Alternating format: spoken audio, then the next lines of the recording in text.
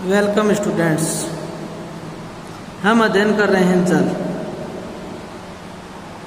यदि भारी वर्षा हो तो क्या होगा।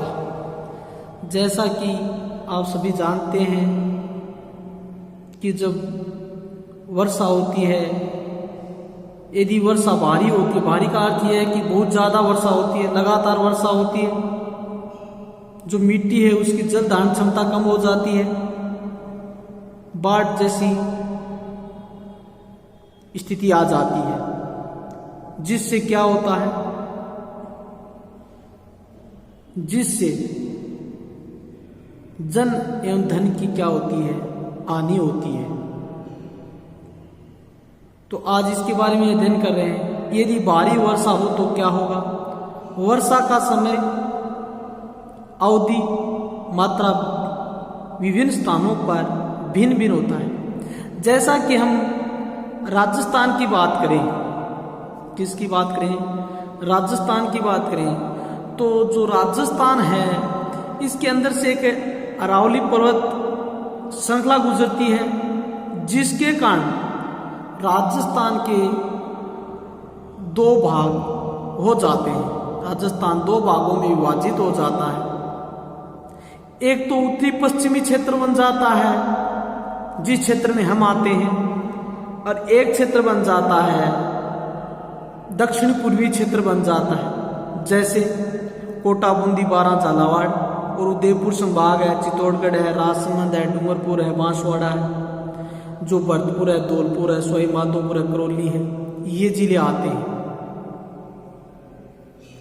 जिसके कारण वर्षा भी क्या है, वर्षा में विभिन्नता पाई जाती है। आप देखते हैं कि जो जैसलमेर है वहां पर वर्षा बहुत कम होती है, न के बराबर होती है।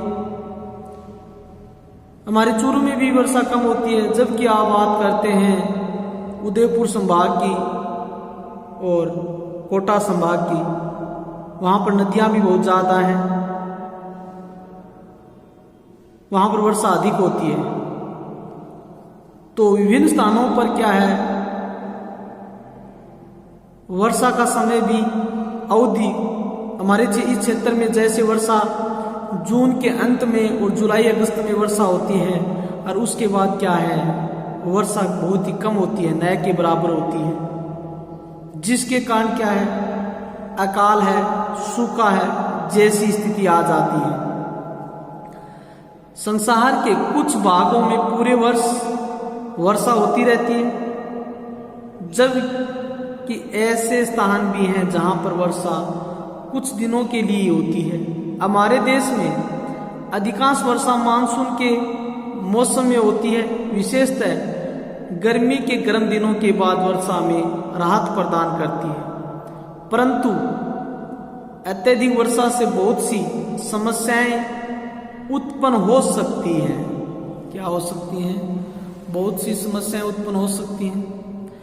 भारी वर्षा से नदियों, झीलों, तालाबों का जल स्तर बढ़ सकता है। जैसा कि आप देखते हैं कि जो भूमि है, कुछ क्षेत्र पर आप देखते हैं पथरीली है, पहाड़ी क्षेत्र है, पठारी भाग है, मैदानी भाग है, कहीं पर दोहरे हैं, टीले हैं, इस प्रकार होती है। कुछ क्षेत्र क्या होते हैं, पेड़ पौधों से ढके हुए होते हैं, आच्छादित होते हैं, कुछ क्षेत्र अनाच्छादित होते हैं। जो पथरीला क्षेत्र होता है, पहाड़ी क्षेत्र होता है, वहां पर पानी बहकर नदियों में चला जाता है, नदियों से समुद्रों में चला जाता है। जो झील होती हैं ये पानी से भर जाती है, जल स्तर ऊंचा उठ जाता है। ऐसा होने पर जल एक बड़े क्षेत्र में फैलकर बाढ़ का कारण बन सकता है। यह खेतों में, वनों, गांवों और शहरों को जलमग्न कर देता है। जो खेत होते हैं वह पानी से भर जाते हैं, जिससे क्या है, फसल नष्ट हो जाती है। और जल के बहाव के कारण मिट्टी का अपरदन भी होता है। जल के द्वारा क्या होता है, मृदा का अपरदन होता है। जो मृदा होती है, मिट्टी होती है, वह एक स्थान से दूसरे स्थान पर बह जाती है। हमारे देश में बाढ़ से फसलें, पालतू जानवर, संपदा तथा मानव जीवन की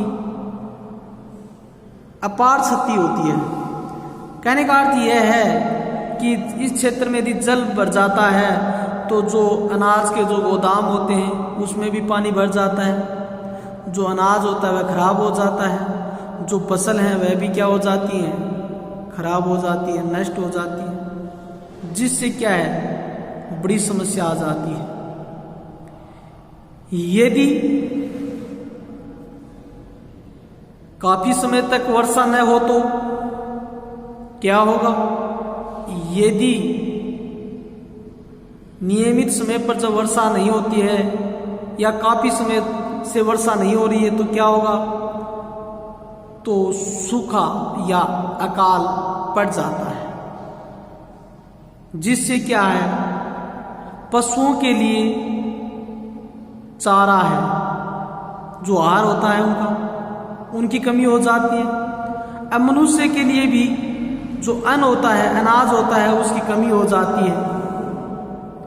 जो पीने योग्य जल होता है उसकी भी क्या हो जाती है, कमी हो जाती है, जैसा कि आप जानते भी हैं।